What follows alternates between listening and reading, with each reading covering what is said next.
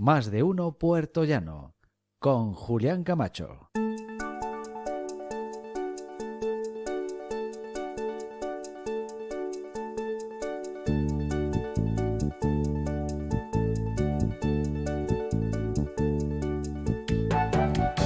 Seguimos con todos ustedes en directo riguroso desde Onda Cero Puertollano y también saludamos a los televidentes de IMAX Televisión. Son en este momento las 13:40 y vamos a recibir y vamos a hablar con uno de los escritores de los buenos que tenemos en esta tierra, porque les voy a presentar a Pedro Fernández Álvarez. Pedro, buenos días. Hola, buenos días. Leonés de nacimiento, concretamente de Ponferrada, y catedrático de Berciano, me gusta decir a mí. Sí, bueno, bien, perfecto. Sí. Pero ya muy vinculado a La Mancha, ¿verdad? Sí, claro. Sí, porque mi mujer, vamos a ver, a La Mancha y también a Extremadura. Mi mujer es extremeña y entre los dos... Pero somos primos hermanos, los extremeños y los mancheros. Hemos acabado aquí en La Mancha.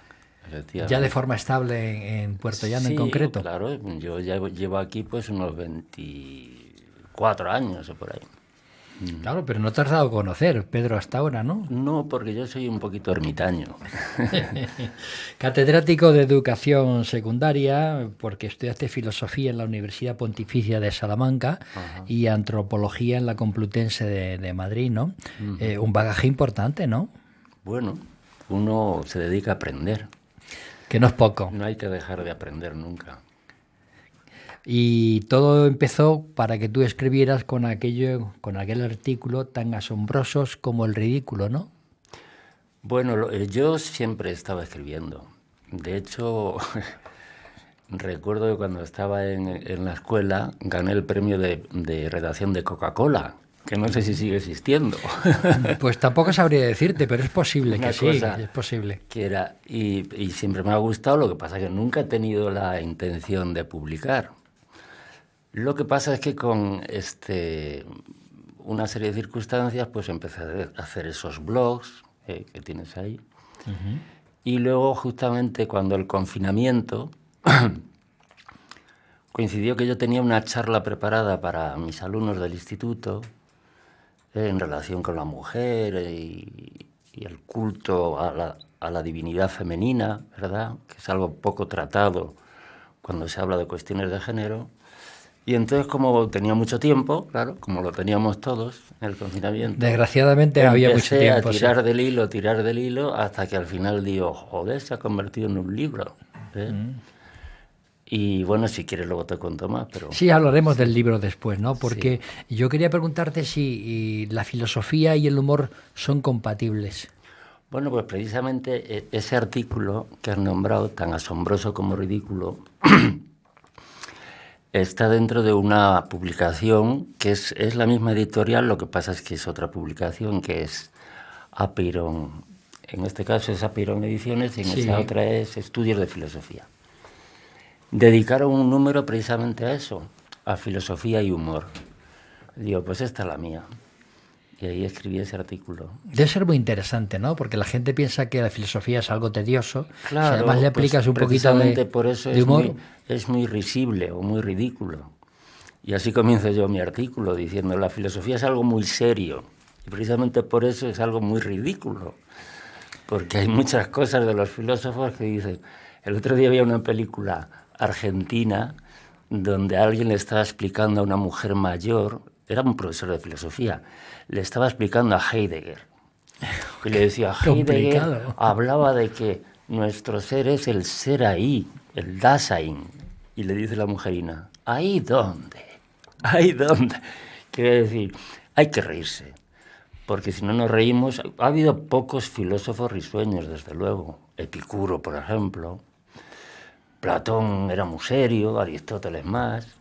Spinoza, sin embargo, hablaba de la alegría como la fuerza que nos hace pasar de un estado inferior a un estado superior. Es decir, es la pasión que nos debería de guiar. Sí.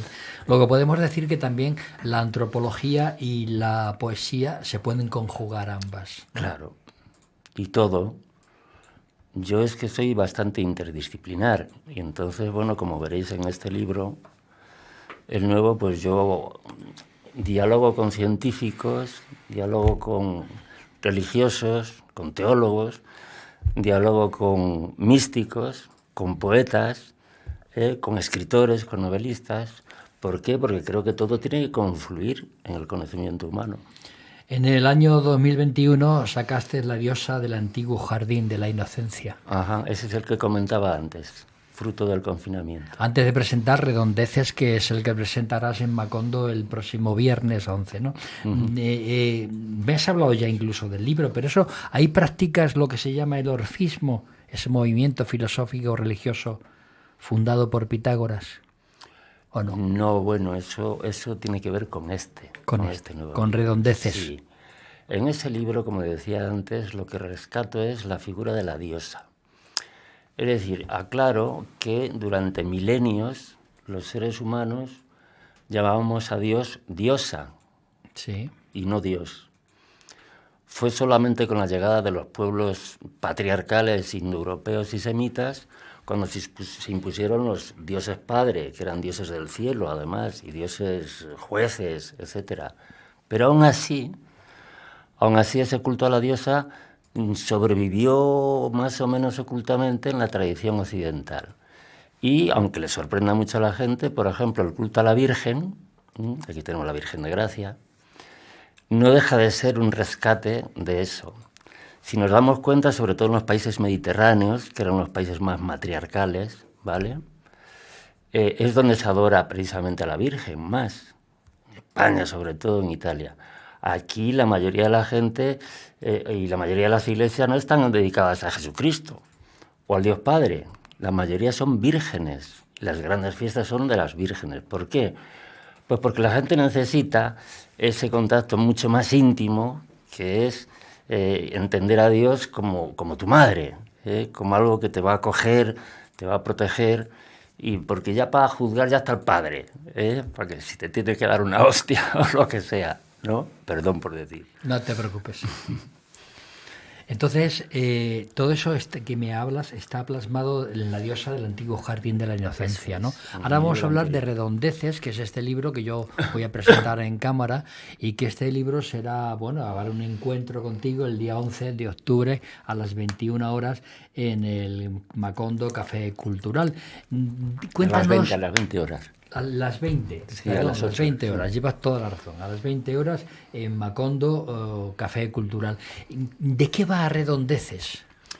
Bueno, vamos a ver, el libro va sobre la figura geométrica de la esfera, que es una figura perfecta que desde siempre ha fascinado a los seres humanos.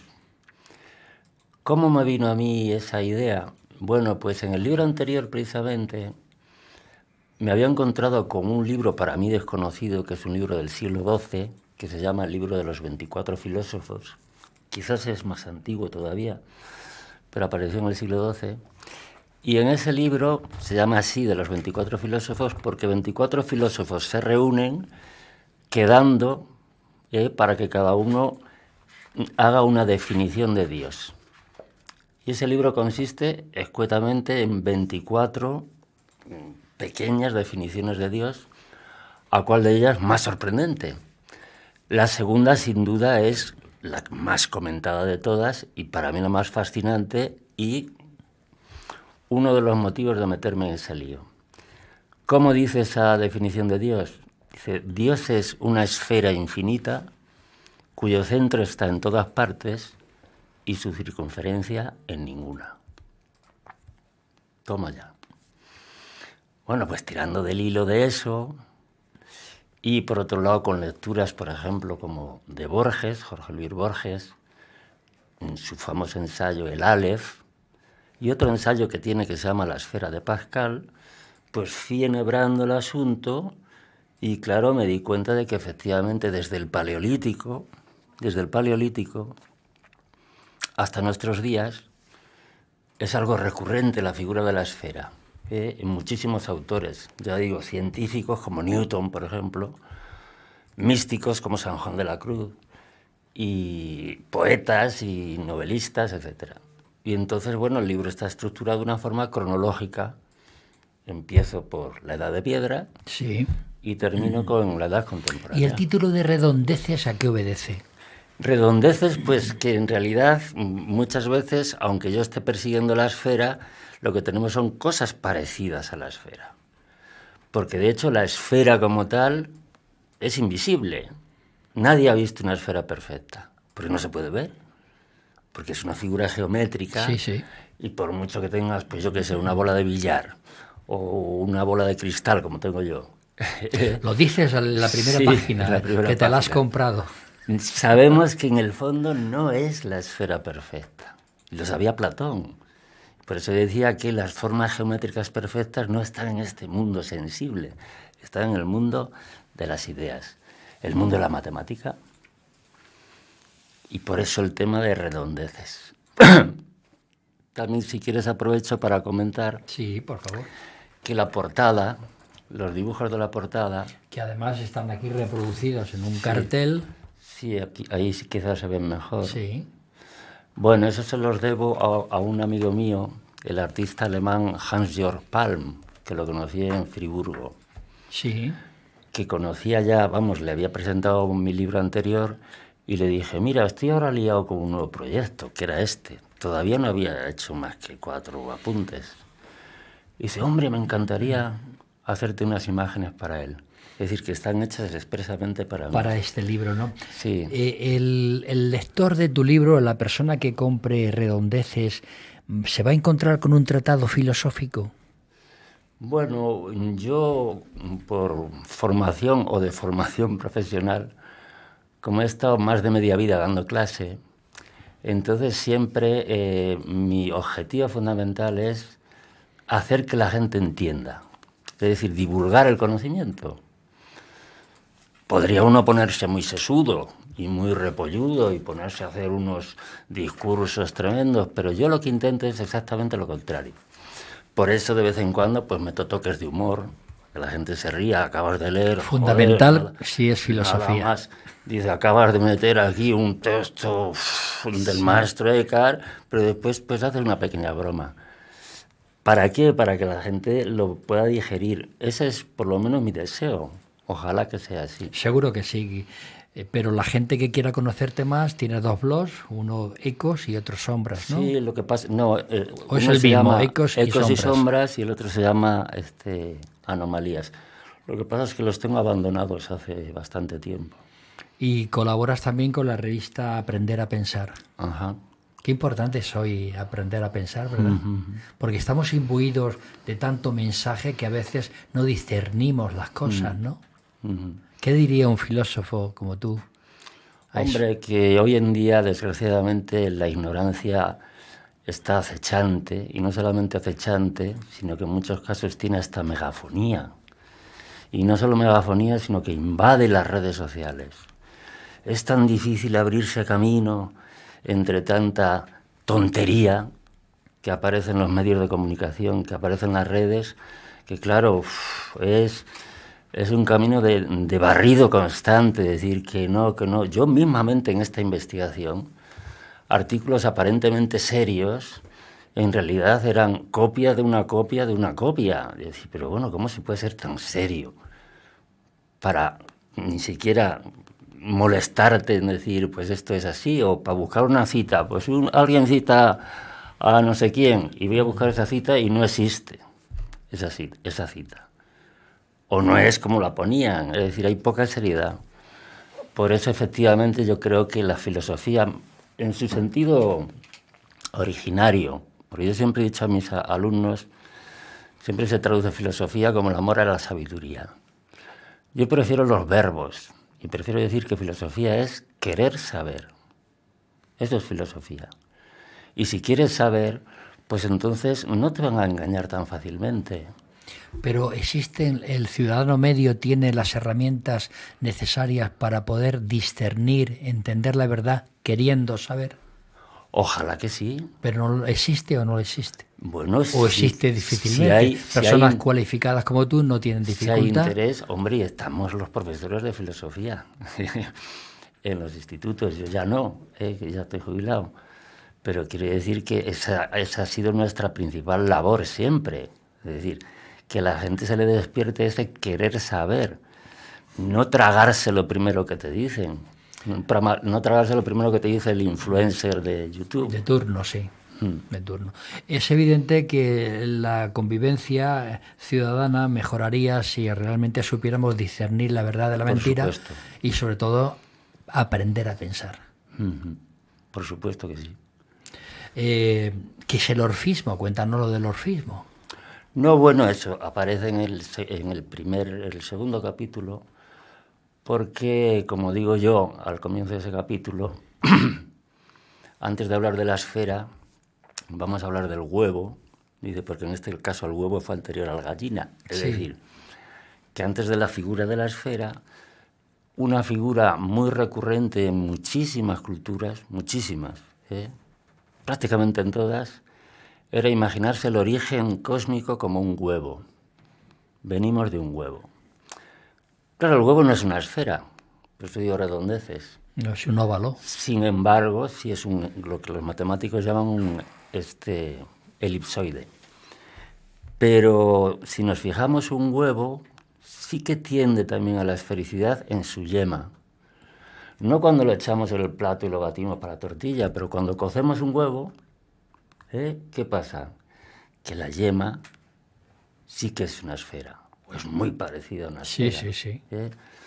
Y entonces, partiendo de ahí, pues ya paso después a los pitagóricos, que fueron influidos por los órficos, y los pitagóricos me entretengo bastante con una de las teorías más bellas, a mi entender, que ha parido la imaginación humana, que es la teoría de la música de las esferas. Es decir, que los cuerpos celestes, que son esféricos, están girando además en órbitas que según ellos eran esféricas, y por lo tanto al girar tienen que estar produciendo un sonido que no es cualquier sonido, sino que tiene que ser la más bella de las sinfonías. Es una idea para mí fascinante. Pues vamos a invitar a los espectadores y a los oyentes a que compren Redondeces de Pedro Fernández Álvarez, que al mismo tiempo, si tienen ocasión, vayan el día 11, viernes próximo, a las 20 horas en Macondo Café Cultural, porque habrá la presentación del libro y un encuentro en el cual el autor podrá ser sometido, imagino, a un montón de preguntas sobre el libro, ¿no? Que tengas mucho éxito, Pedro. Nos has sorprendido por la profundidad de tu pensamiento, que yo creo que si quieres un día lo tratemos con más tiempo, porque creo que hay mucho que decir todavía. A tu disposición. Es un placer tenerte aquí. Y gracias también a nuestro conseguidor, don Fran Barba, ¿verdad? Que es, no sé qué haríamos sin él, ¿no? Es decir, Fran, ¿no? Donde estés, por favor, auxílianos. Sí. Bueno, Pedro, que muchas gracias por venir, que tengas mucho éxito y aquí tienes tu casa. Muy bien, gracias.